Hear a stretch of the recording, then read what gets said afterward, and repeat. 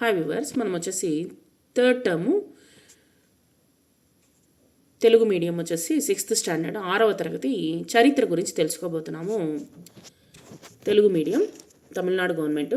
మహా జనపదములు అంటే ఏంటంటే వేదకాలం యొక్క చివరి దశలో సారవంతమైనటువంటి భూములు మరియు ఖనిజ సంపద కొరకు చిన్న చిన్న జనపదములు ఒకరితోనొకరు పోట్లాడుకొనుచుండిరి.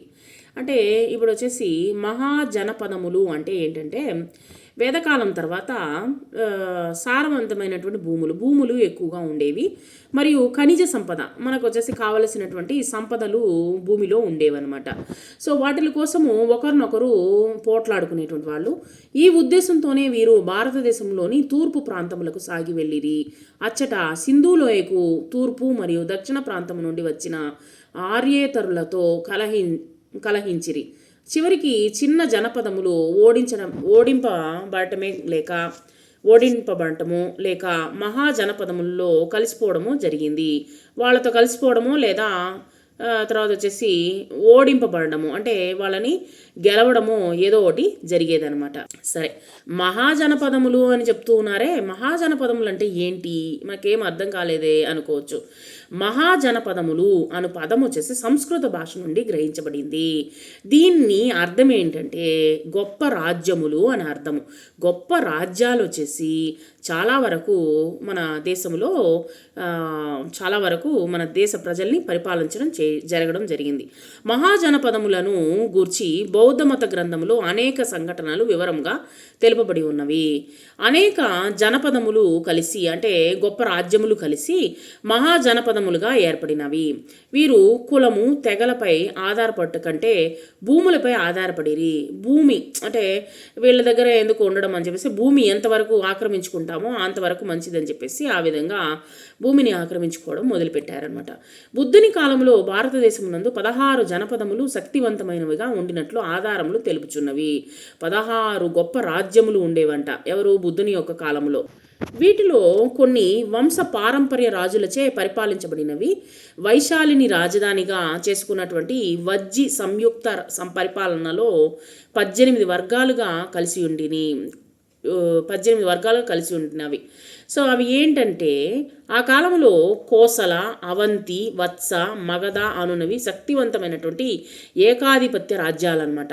ఈ రాజ్యములు ఒకరితో ఒకరు మరియు ఇతర గణతంత్ర రాజ్యములలో యుద్ధములు చేసుకొనుచుండివి. చివరికి మగధ అన్ని రాజ్యములను ఓడించి మహాజనపదములలో శక్తివంతమైన రాజ్యముగా అవతరించింది. ఇక్కడ వచ్చేసి అనేకమైనటువంటి ఇక్కడ అర్థం ఏంటంటే చిన్న చిన్న రాజ్యాలుగా ఉండేవన్నమాట. చిన్న చిన్న ఊర్లు, చిన్న చిన్న రాజ్యాలని పరిపాలన చేసుకునేటువంటి రాజులని ఓడించి ఆ యొక్క రాజ్యాలను వచ్చేసి వీళ్ళు కలుపుకునేటువంటి వాళ్ళు. అంటే ఇప్పుడు వచ్చేసి ఒక చిన్న ఉదాహరణ చెప్తాను. ఇప్పుడు వచ్చేసి మీకు ఇప్పుడు వచ్చేసి ఆంధ్ర ఉంది. ఆంధ్రాలో వచ్చేసి మనము 2 ప్రాంతాలు, ఇప్పుడు తెలంగాణ, ఆంధ్రప్రదేశ్, ఈ 2 వచ్చేసి ఒకప్పుడు కలిసి ఉండేవి, ఇప్పుడు వచ్చేసి విడిపోయి ఉన్నాయి. కానీ ఈ 2 కలిసి ఉంటే ఏ విధంగా ఉంటుందో అంటే ఈ 2 కలిసి ఉంటే బాగుంటుంది అనేటువంటిది మనకు అందరికీ అనిపిస్తుంది కదా. అదేవిధంగా వచ్చేసి ఈ యొక్క రాజ్యాలను అనేటి ఓడించి వాళ్ళు ఏం చేసేవాళ్ళంటే ఆ యొక్క రాజ్యాన్ని వచ్చేసి ఓడించి వాళ్ళు శక్తివంతమైనటువంటి సామ్రాజ్యముగా ఏర్పాటు చేసుకున్నారనమాట. అదేవిధంగా ఇక్కడ మీకు అర్థం కాకుండా ఉండకపోవచ్చు. ఇక్కడ ఏంటంటే ఒకప్పుడు మనము ఆంధ్రప్రదేశ్ అనేటువంటిది ఇప్పుడు విడిపోయింది, తెలంగాణ ఆంధ్రాగా విడిపోయింది. ఈ 2 కలిస్తే బాగుండు అని ప్రతి ఒక్కరి మనసులోనూ ఉంటుంది. ఈ 2 రాజ్యాలు కలిసి అంటే ఈ 2 ప్రాంతాలు కలిసి ఉంటే ఇంకా బాగుండు అని ప్రతి ఒక్కరికి అనిపిస్తూ ఉంటుంది. ప్రజల వైపుగా నేను ఆలోచించి చెప్తూ ఉన్నాను అనమాట. సో ఇక్కడ వచ్చేసి మహాజనపదములు అంటే ఎవరెవరు మహాజనపదములు అంటే మహా సామ్రాజ్యాలు ఏవేమిటి అనేటువంటిది ఇక్కడ 16 సామ్రాజ్యాలు చెప్పడం జరిగింది. అంగ, మగధ, కోసల, కాశీ, వజ్జి, మల్ల, చేది, వత్స, కురు, పాంచాల, మత్స్య, సూరసేన, అస్మక, అవంతి, గాంధార, కాంబోజ అనేటువంటి మహా సామ్రాజ్యాలుగా అవతరించినవి అనమాట. సరే, ఇది ఏ విధంగా ఆవిర్భవించింది, ఏ విధంగా కలుపుకున్నారు, చిన్న చిన్న రాజ్యాలన్నింటినీ కలుపుకున్నారు అని చెప్తున్నారు కదా. ఏ విధంగా కలుపుకున్నారు అనేటువంటిది మనం తెలుసుకోవాలి. మగధ సామ్రాజ్య ఆవిర్భావం వచ్చేసి బింబిసారుడు అజాతశత్రువు అనమాట. ప్రస్తుత బీహార్ రాజధాని అయినటువంటి పాట్నా పరిసర ప్రాంతములను మగధ అని పిలిచేవారు అనమాట. ఇప్పుడు ఉన్నటువంటి పాట్నాను వచ్చేసి బీహారు పాట్నా అనేటువంటి దాన్ని వచ్చేసి ఆ కాలంలో మగధ రాజ్యంగా పిలిచేవారు. దీని మొదటి రాజధాని సిరావస్తి, రెండవ రాజధాని రాజగృహ, పాటలీపుత్రము చివరి రాజధానిగా ఉండేను. బింబిసారుడు హర్యంక వంశస్థుడు. హర్యంక అనేటువంటి వంశానికి చెందినటువంటి వాడు. ఇతడు దండయాత్ర మరియు వివాహ సంబంధముల ద్వారా తన సామ్రాజ్యాన్ని విస్తరించెను. సరే, ఏంటి వివాహ సంబంధం అంటే ఏంటి మనకు అర్థం కాలేదు కదా. బింబిసారుడు హర్యంక వంశస్థుడు. ఇతడు దండయాత్ర అంటే చిన్న చిన్న రాజ్యాలన్నింటినీ ఓడించి తన రాజ్యంలో కలుపుకున్న తర్వాత వివాహ సంబంధముల ద్వారా తన సామ్రాజ్యాన్ని విస్తరించాడు. అంటే ఇక్కడ బింబిసారుని కుమారుడైనటువంటి అజాతశత్రువు తన తండ్రిని చెరసాల్లో పెట్టి సింహాసనమును చేపట్టెను. ఇక్కడ వచ్చేసి బింబిసారుడు కుమారుడైనటువంటి అజాతశత్రువు వచ్చేసి తన తండ్రినే వచ్చేసి చెరసాల్లో పెట్టాడనమాట. ఇతడు కోసల అంటే తన కుమారుడు, బింబిసారుని యొక్క కుమారుడు. ఇతను ఏం చేశాడంటే అజాతశత్రువు తన తండ్రిని చెరసాల్లో పెట్టి సింహాసనాన్ని చేపట్టాడు అని చెప్పుకున్నాము. అంటే మనకు రాజ్యం దొరకదేమో అనేటువంటి ఉద్దేశంతో ఇతడు ఏం చేశాడంటే కోసల, అవంతి, వైశాలి మొదలగు మహాజనపదాలకు వ్యతిరేకంగా యుద్ధములు చేసి ఆ ప్రాంతములను జయించి మగధ సామ్రాజ్యంలో కలిపేసుకున్నాడు.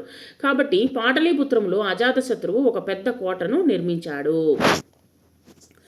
శిశునాగుడు, మహాపద్మనందుడు అనేటువంటి వ్యక్తుల గురించి తెలుసుకుందాం.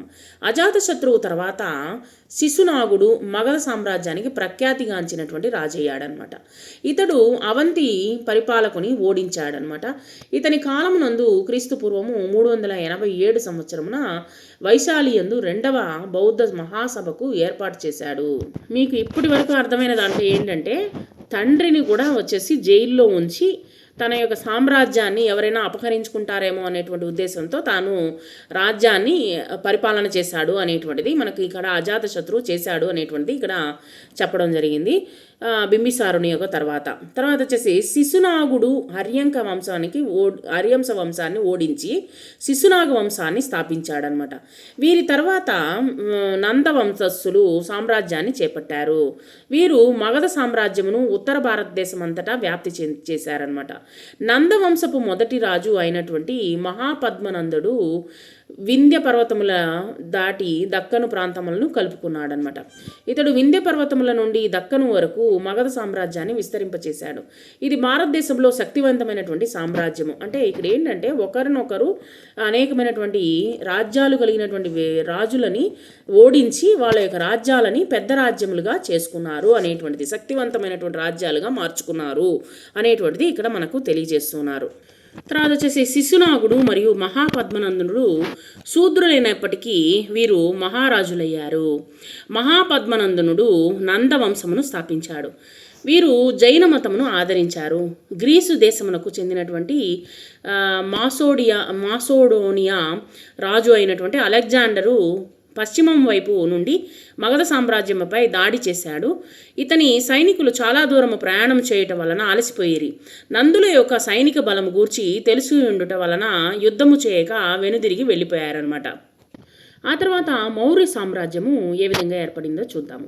చంద్రగుప్త మౌర్యుడు క్రీస్తు పూర్వము 324, క్రీస్తు పూర్వము 299 వరకు ఉన్నట్లు మనకు చూపుతూ ఉంది. చివరి నందరాజైనటువంటి ధననందుని ఓడించి చంద్రగుప్త మౌర్యుడు మగధ సామ్రాజ్యాన్ని స్థాపించాడు. పశ్చిమ భారతదేశంపై దండయాత్ర చేసి, ఇక్కడ కొన్ని బొమ్మలు ఉన్నాయి చూడండి, మెగస్తనీస్, తర్వాత వచ్చేసి చంద్రగుప్త మౌర్యుడు. అలెగ్జాండర్ నాయకత్వంలో గ్రీకులు ఆక్రమించినటువంటి ప్రాంతాలను కలుపుకొని చంద్రగుప్త మౌర్యుడు మౌర్య సామ్రాజ్యాన్ని విస్తరించాడనమాట. తనను ఎదిరించినటువంటి గ్రీకు సైన్యాధికారి అయినటువంటి ఆయన సెల్యూకస్ నికేటర్ను ఓడించి ఆఫ్ఘనిస్తాన్ మరియు గాంధారాలను ఇతడు తన రాజ్యంలో కలుపుకున్నాడనమాట. తర్వాత సెల్యూకస్ రాయబారి అయినటువంటి మెగస్తనీస్ పాటలీపుత్రంలో చాలా కాలం నివసించి భారతదేశమును గూర్చి విశేషముగా ఒక గ్రంథమైనటువంటి ఇండికాలో పొందుపరిచాడనమాట. చంద్రగుప్త మౌర్యుడు చివరి రోజుల్లో తన సింహాసనమును వదిలి సన్యసించాడనమాట. ఇతను భద్రబాహువు అను జైన సన్యాసితో కలిసి దక్షిణ భారతదేశమునకు వెళ్ళినట్లుగా జైన సాహిత్య గ్రంథములు ద్వారా తెలియచున్నవి. శ్రావణ బెల్గోళాలో చంద్రగుప్తుడు జైన మత విశ్వాసం ప్రకారము జీవించి తను చాలించాడు. ఇక్కడ ఎక్స్ప్లెనేషన్ అంటూ ఏమీ లేదు, మీకు బాగా చదువుతున్నప్పుడే అర్థమైపోతూ ఉంది. భారతదేశ చరిత్ర యందు ప్రఖ్యాతిగాంచినటువంటి పూర్వ పాలకులైనటువంటి చంద్రగుప్త మౌర్యుడు జ్ఞాపకార్థంగా ఒక తపాలా బిల్లను కూడా వచ్చేసి క్రీస్తు శకము 2001 సంవత్సరంలో భారత ప్రభుత్వం వెలువరించిందనమాట. చంద్రగుప్త మౌర్యుని యొక్క బొమ్మతో ఒక జ్ఞాపకార్థంగా తపాలా బిల్లను కూడా 2001లో మనం ప్రభుత్వం వచ్చేసి విడుదల చేసింది. తర్వాత వచ్చేసి అశోకుడు క్రీస్తు పూర్వము 273, క్రీస్తు పూర్వం 236 వరకు ఉండుండొచ్చని గణన. చంద్రగుప్తుని తర్వాత అతని కుమారుడు బిందుసారుడు 25 సంవత్సరాలు పరిపాలించాడనమాట. ఇతని కుమారుల్లో ఒకడైనటువంటి అశోకుడు మౌర్య సామ్రాజ్య పరిపాలకుడుగా అయ్యను. ఈ మొదటి 4 సంవత్సరములు అశోకుడు తన సోదరులను ఎదిరించి పోరాడాడు. తర్వాత వచ్చేసి 8 సంవత్సరములు గడిచిన తర్వాత ఇతడు మౌర్య సామ్రాజ్యాన్ని నుండి విడిపోయిన కళింగపై ఒక భయంకరమైనటువంటి యుద్ధాన్ని కళింగకు మౌర్య సామ్రాజ్యంలో కలుపుకున్నాడనమాట. ఈ విధంగా వచ్చేసి ఒకరు చిన్న సామ్రాజ్యాలన్నింటినీ కలుపుకొని వాళ్ళు పెద్ద పెద్ద సామ్రాజ్యాలని ఏర్పాటు చేయడం జరిగిందనమాట. కళింగను మౌర్య సామ్రాజ్యంలో కలుపుకున్నాడు. ఈ ఘోర దృశ్యమును చూసినటువంటి అశోకుడు కలత చెంది భవిష్యత్తులో యుద్ధం చేయనని శపథం చేశాను.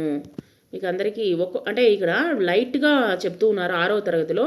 ఆ తర్వాత వచ్చేసి ఒక్కొక్కరి గురించి మనకు చరిత్రలో ఒక్కొక్కరి గురించి ఎక్స్ప్లెనేషన్ అనేటువంటిది ఇవ్వడం జరుగుతుంది. సరే, అశోకుని గురించి మనం తెలుసుకుందాం. అశోకుని ధర్మ విజయములు, ప్రజలకు సహకరించుట, ఇతని యొక్క రాజ్యము ఏ విధంగా పరిపాలన చేశాడు అనేటువంటి దాని గురించి మనం తెలుసుకుందాము.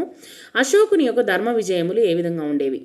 ప్రజలకు సహకరించుట, ప్రజల యొక్క వారిని సరైనటువంటి మార్గంలో నడిపించుట మొదలైనవి రాజు యొక్క ముఖ్య కర్తవ్యములుగా అని అశోకుడు ప్రకటించెను.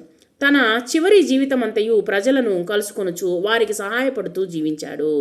ఇదే నాయకుల యొక్క లక్షణము అనమాట అశోకుడు. అందువల్లే మనము ఇప్పటి వరకు మన యొక్క ఫ్లాగ్లో వచ్చేసి అశోక చక్రాన్నే మనము ఉపయోగిస్తూ ఉన్నామన్నమాట. అతను చేసినటువంటి సాహసాలు అలాంటివి. తర్వాత వచ్చేసి అశోకుడు నిర్మించినటువంటి 4 స్తంభాలనే మనము సింహాలు అయినటువంటి 4 స్తంభాలనే మనం వచ్చేసి ముద్రగా మనము ఇప్పటి వరకు ప్రతి ఒక్క రూపాయి నోటులోను, తర్వాత వచ్చేసి రూపాయి బిళ్ళల్లోనూ, తర్వాత వచ్చేసి గవర్నమెంట్ ఆఫీసుల్లో పోలీసుల యొక్క టోపీలలో వాళ్ళ అన్నింటిలో వచ్చేసి ఈ యొక్క ముద్రల్ని మనము చూస్తూ ఉన్నామన్నమాట. కాబట్టి ఇతను ఒక మంచి నాయకుడని కూడా చెప్పొచ్చు. మంచి నాయకుడు మరియు మంచి రాజు అనమాట. సో ఈ విధంగా ప్రజలకు సహకరించాలి, తర్వాత వచ్చేసి వాళ్ళని మంచి మార్గంలో పెట్టాలి అంటే అతను దిగి రావాలన్నమాట.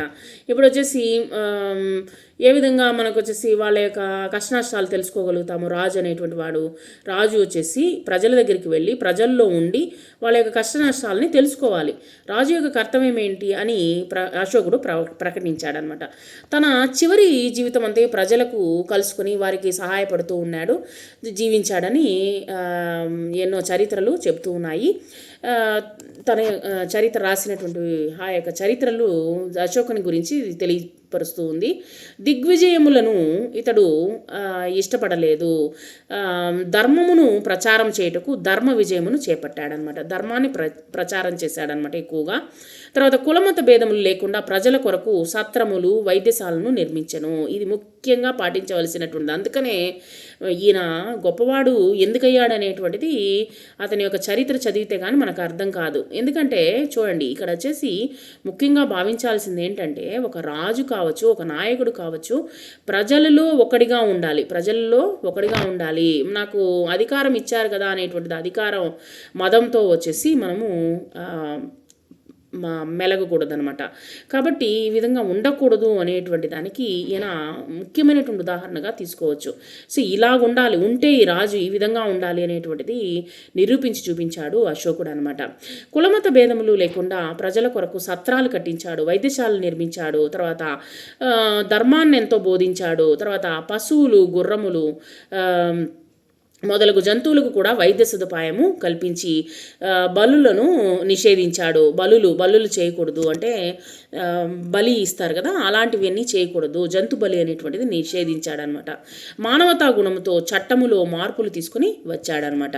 అందుకనే ఈయన్ని ఎక్కువగా వచ్చేసి ఫాలో అవుతూ ఉన్నాము గవర్నమెంట్. మరణ శిక్షను అంటే రాజు అధికారం ఉంది కదా అనేటువంటిది ఉద్దేశంతో ఈ చిన్న చిన్న తప్పులకు కూడా వచ్చేసి మరణ శిక్షలు విధించేటువంటి రాజులను కూడా మనము వినుంటాము, రాజుల యొక్క పేర్లు కూడా వినుంటాము.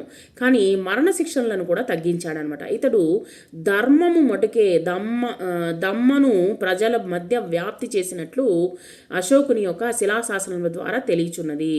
ధర్మ మహామాతృలను నియమించి ప్రజలకు మానవత్వ విలువలను బోధింపచేశాను.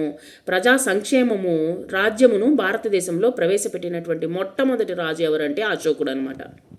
చూడండి, ఇక్కడ అశోకుడి యొక్క స్తూపం ఉంది. తర్వాత వచ్చేసి ఇక్కడ వచ్చేసి సారనాథ్ స్తంభము. దీన్నే మనం ఇప్పటి వరకు నేను ఇందాక చెప్పినట్లు దీన్నే మనము ప్రతి ఒక్క గవర్నమెంటు డబ్బులో కావచ్చు, లేదా మనము ఉపయోగించే నోటులో కావచ్చు, ఉపయోగించే నాణ్యాల్లో కావచ్చు, ప్రభుత్వ కార్యాలయాల్లో కావచ్చు, ప్రభుత్వ ముద్రలు కావచ్చు, అన్నిటికీ దీన్నే మనము ఫాలో అవుతున్నామట. ఎందుకని ధర్మాన్ని ఇక్కడ వచ్చేసి నెలనాటాడు కాబట్టి, భారతదేశంలో నాటాడు కాబట్టి దాన్నే మనము ఫాలో అవుతున్నాం అనమాట. ధర్మం అనేటువంటిది అంత మంచి విషయం అనమాట. సో అశోకుడు మరియు బౌద్ధ మతము. సో ధర్మం అనేటువంటిది చాలా ముఖ్యమైనటువంటి విషయము. అశోకుడు మరియు బౌద్ధ మతము బుద్ధుని బోధనలైనటువంటి ప్రేమ, జ్ఞానము, క్రమశిక్షణలచే అశోకుడు ఆకర్షించబడెను. అతడు బౌద్ధ మతస్థుడైనప్పటికీ బ్రాహ్మణులు, అజవికుల పైన దయ చూపించెను. అశోకుడు కపిలవస్తు, సారనాథ్, బుద్ధగయలోని స్తూపములను పునరుద్ధరింపచేశాను. ఇతను అనేక స్తూపములను, స్తంభాలను నిర్మించి బౌద్ధ మత వ్యాప్తిని చేశాడు. ఇతడు పాటలీపుత్రములో 3వ బౌద్ధ మహాసభను ఏర్పాటు చేశాడు. బౌద్ధమత వ్యాప్తి అశోకుడు బౌద్ధ భిక్షువులను తమ సామ్రాజ్యంలోని అనేక ప్రాంతములకు మరియు విదేశాలకు పంపించాడు. ఇతడు తన కుమారుడైనటువంటి మహేంద్రుని కుమార్తె సంఘమిత్రలను శ్రీలంక, సిలోనుకు పంపి బౌద్ధమత వ్యాప్తి చేసెను.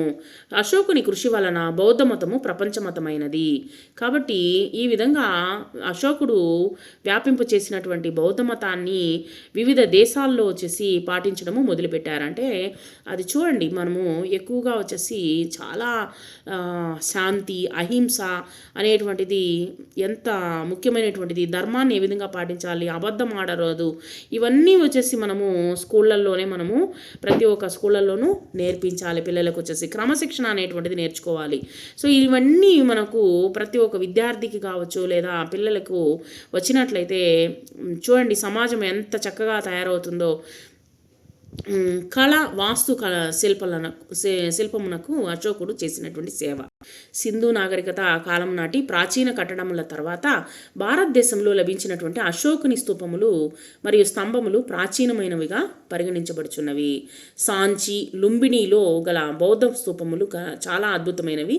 అశోకుని స్తంభములను ఎటువంటి కళతోనూ పోల్చుటకు వీలు కాదు. స్తూపములు, నిర్మాణ విధానము మరియు స్తంభములు పైభాగములో బోర్లించబడినటువంటి తామర పుష్పము ఆధారము పర్షియన్ శిల్ప కళారీతికి నిదర్శనాలన్నమాట. చూడండి ఎంత ఫోకస్ ఉంటే కానీ ఇలాంటి ఒక విషయాన్ని చేయరు. అశోకుని శిలాశాసనాలు ఏంటి అనేది చూద్దాం. అశోకుని రాజప్రకటనలు, బోధనలు గుహల గోడలలోనూ రాతి స్తంభములపైనను చెక్కబడినటువంటి సామ్రాజ్యములోని అన్ని ప్రాంతముల్లోనూ ఉంచబడినవి. సరే, ఇది ఎందుకు చేస్తున్నారు అనేటువంటిది ఒక డౌట్ అనేటువంటిది మీకు అందరికీ రావచ్చు. ఎందుకంటే ఈ విధంగా చేయడం వల్ల ప్రజలు ఎప్పుడు వచ్చేసి వాళ్ళ పనుల్లో వాళ్ళు బిజీగా ఉంటారు కదా.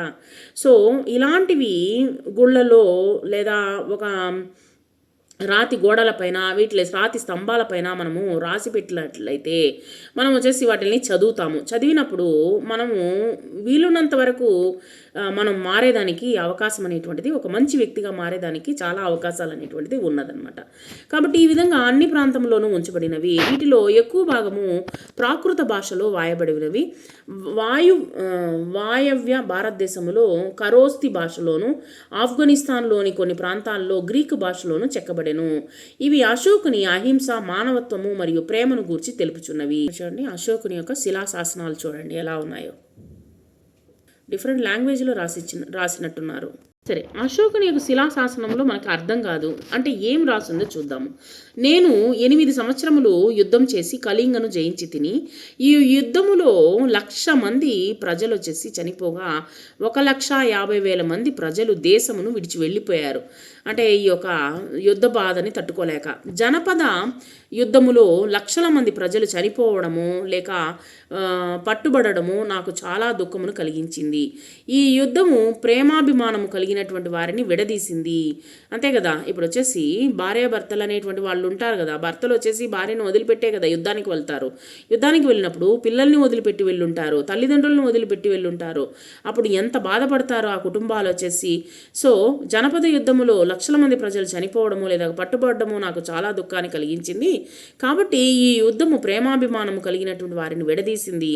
ఈ యుద్ధములో జరిగినటువంటి ఘోర దృశ్యములు అనేక మంది ప్రజలను బాధించింది, నన్ను కూడా బాధ పెట్టింది. కావున నేను యుద్ధమును విడనాడి ధర్మం అని స్వీకరించాను అని చెప్పేసి ఇక్కడ రాయడం జరిగిందంట. అశోకుడు ఆ యొక్క శిలాఫలకంలో రాయించాడు అశోకుడు. ఇక్కడ ఏంటంటే తప్పు చేసి తను దాన్ని సరి చేసుకున్నాడు కదా, అదే ఇక్కడ అతని యొక్క గుణాతిశయంగా కనిపిస్తుంది. అశోకుని మరణానంతరము కళింగ దేశము తన స్వతంత్రతను తిరిగి పొందాను. తర్వాత ప్రఖ్యాతిగాంచినటువంటి కారవేలుడు కళింగమునకు చక్రవర్తి అయ్యాడు. భువనేశ్వరి సమీపమున గల కందగిరి మరియు ఉదయగిరి పర్వతముల్లో గల ఏనుగు గుహలయందు కనుగొనబడినటువంటి శిలాశాసనముల కారవేల చక్రవర్తి యొక్క పరిపాలన గురించి తెలియచున్నది. ఆ తర్వాత మౌర్యుల పరిపాలనా విధము ఎలా ఉండింది. అశోకుడి తర్వాత మౌర్యులు. అశోకుడు తన సామ్రాజ్యాన్ని పరిపాలనా సౌలభ్యము కొరకు 5 రాష్ట్రాలుగా విభజించాడు. అవి ఏంటంటే ఉత్తర రాష్ట్రములకు రాజధాని తక్షశిల, పశ్చిమ రాష్ట్రములకు రాజధాని ఉజ్జయిని, దక్షిణ రాష్ట్రములకు రాజధాని స్వర్ణగిరి కర్ణాటక, తూర్పు దేశాలకు రాజధాని దోశాలి ఒడిషా, ముఖ్య రాష్ట్రము అయినటువంటి మగధను పాటలీపుత్రమును రాజధానిగా చేసుకుని అశోకుడు స్వయముగా పరిపాలించను. సరే, ఇవన్నీ మనకు మగధ, తర్వాత వచ్చేసి పాటలీపుత్రము, ఇవన్నీ డిఫరెంట్గా ఉంది పేర్లు. ఇప్పుడు ఏం పిలుస్తున్నారు అనేటువంటి దానికోసంగా మనము ఈ యొక్క మ్యాప్లో వచ్చేసి కొన్ని విషయాలు తెలుసుకుందాము. మంత్రులు మరియు సైనాధికారులు, తర్వాత వచ్చేసి పరిపాలనలో రాజుకు సహాయపడిరి. వీరు కులమత భేదములు లేకుండా నియమించబడిరి. ఉన్నతాధికారులైనటువంటి మహామాత్రులు గవర్నర్లుగాను నిర్వాహకులుగాను నియమించబడిరి. యువరాజులు కూడా మహామాత్రులుగా నియమించబడిరి. వీరితో పాటు యుక్తులు అంటే మంచి తెలివి కలిగినటువంటి వాళ్ళందరూ వచ్చేసి ఒక చోట నిలబెట్టి ప్రాదేశికులు, రాయబారులు మరియు గూఢాచారులు అనబడు మరికొందరు అధికారులు ఉండిరి. దేశ సరిహద్దులను కాపాడు వారిని అండమహామాత్రులు అని పిలిచిరి. ప్రజల నీతికి సంబంధించినటువంటి విషయములను గమనించు వారిని ధర్మ మహామాత్రులు అని పిలిచిరి. తర్వాత నగరములో స్థానిక స్వపరిపాలన విధానము ఉండెను. పాటలీపుత్ర నగరమును పరిపాలించుటకు 30 మంది అధికారులు కలిగినటువంటి 6 కమిటీలు ఏర్పాటు చేయబడినట్లు మెగస్తనీస్ వ్రాసిన ఇండికా గ్రంథము ద్వారా తెలియచున్నది. ప్రతి కమిటీకి ప్రత్యేకమైనటువంటి విధులు కలిగి ఉన్నవి. చూడండి, అశోకుని యొక్క కాలంలో మౌర్య సామ్రాజ్యం. ఇక్కడ చూడండి, సెల్యూకిలస్, నికేటర్ ఆక్రమించినటువంటి ప్రాంతాలు ఇప్పుడు పాకిస్తాన్ ప్రాంతం లాగా ఉంది. తర్వాత వచ్చేసి ఇక్కడ చూడండి, తక్షశిల వచ్చేసి పాకిస్తాన్లోనే ఉన్నట్టుంది. తర్వాత ఇంద్రప్రస్థము అనేటువంటిది ఇప్పుడు వచ్చేసి ఢిల్లీని ఇంద్రప్రస్థము అని అంటారు. అంతకుముందు పాటలీపుత్రం ఇటు సైడ్ ఉంది చూడండి. పాటలీపుత్రము, సారనాథ్, సాంచి, ఉజ్జయిని, గిర్నార్, దోశాలి, కళింగ, తామ్రలిప్తి. సో ఈ విధంగా ముందున్నటువంటి ప్రాంతాలు అనేటువంటిది ఇప్పుడు పేర్లు అనేటువంటిది ఇప్పుడు మారున్నది. స్వర్ణగిరి, సిద్ధాపూర్, సత్యపుత్ర, కంచి, చోళ, పాండ్య, కేరళపుత్ర, శ్రీలంక. అశోకుని పరిపాలనా కాలంలో మౌర్య సామ్రాజ్యం అన్నమాట. తర్వాత మౌర్య సామ్రాజ్యంలో 30 మంది అధికారులతో 6 కమిటీలుగా గొప్ప సైనిక దళము ఏర్పరచబడింది. కాల్బలము, అశ్వదళము, గజదళము, రథములు. అంటే యుద్ధము అన్న తర్వాత మనము సైనికులు దళం అనేటువంటిది ఉంటుంది యాజ్ యూజువల్. తర్వాత వచ్చేసి ఇంకా ఏమేమి ఉంటుంది, కాల్బలము, తర్వాత అశ్వబలం అంటే గుర్రాలతో కూడినటువంటిది, గజదళము ఏనుగులతో కూడినటువంటిది, రథాలు, నౌకాదళములు, తర్వాత వచ్చేసి పడవలతో కూడినటువంటి వాటిని, తర్వాత మొదలగు వాటిని 5 కమిటీలుగా పర్యవేక్షించబడెను. రవాణా, ఆహారము, వైద్య సదుపాయాలు మరియు యుద్ధ పరికరములు ఉత్పత్తులను 6వ కమిటీ పర్యవేక్షించెను. సో ఇదే విధంగా మనకు ఇప్పుడు మిలిటరీ ఏ విధంగా ఉందో అదే విధంగా అనమాట. సో డిఫరెంట్ కేటగిరీస్గా ఆ కాలంలో యుద్ధాలు అనేటువంటిది కత్తులు ఇవన్నీ ఉండి వాటితో యుద్ధం చేసేవాళ్ళు కాబట్టి మనకు ఇలాంటి వైద్య సదుపాయాలు మరియు యుద్ధ పరికరాలు అనేటువంటిది ఉత్పత్తులను 6వ కమిటీ అనేటువంటిది చూసుకోవాలి. సో ఈ విధంగా పరిపాలన అనేటువంటిది రాజ్య పరిపాలన చేసేవారు. న్యాయ పరిపాలన చాలా కఠినముగా ఉండెను. మానవతా దృక్పథముతో న్యాయ పరిపాలనలో అశోకుడు అనేక మార్పులను తీసుకొని వచ్చాను. అంతే కదా, న్యాయాన్ని పరిపాలించాలంటే చాలా కష్టంతో కూడుకున్నటువంటి పని అనమాట. హింస నిషేధించబడను. మరణశిక్ష ఖైదీలను ఓదార్చుటకు ఇతడు కొన్ని కొత్త పద్ధతులను ప్రవేశపెట్టెను. చిన్న తప్పులు చేసినటువంటి ఖైదీలు శిక్షాకాలం తగ్గించెను. ప్రజల కష్టములను తీర్చుటకు రాజు మరియు మంత్రులు స్వయంగా ప్రజల వద్దకు వెళ్ళి ఉండిరి. సో ఈ విధంగా ప్రజల వద్దకు పరిపాలన అనేటువంటిది చేయడం జరిగిందనమాట. మౌర్య వంశ చివరి రాజు అయినటువంటి బృహద్రథుడు తన సైన్యాధికారి అయినటువంటి పుష్యమిత్రునిచే చంపబడెను. చివరకు మగధ సామ్రాజ్యము 500 సంవత్సరముల తర్వాత క్రమముగా తన ప్రాబల్యము కోల్పోయెను. సో ఈ విధంగా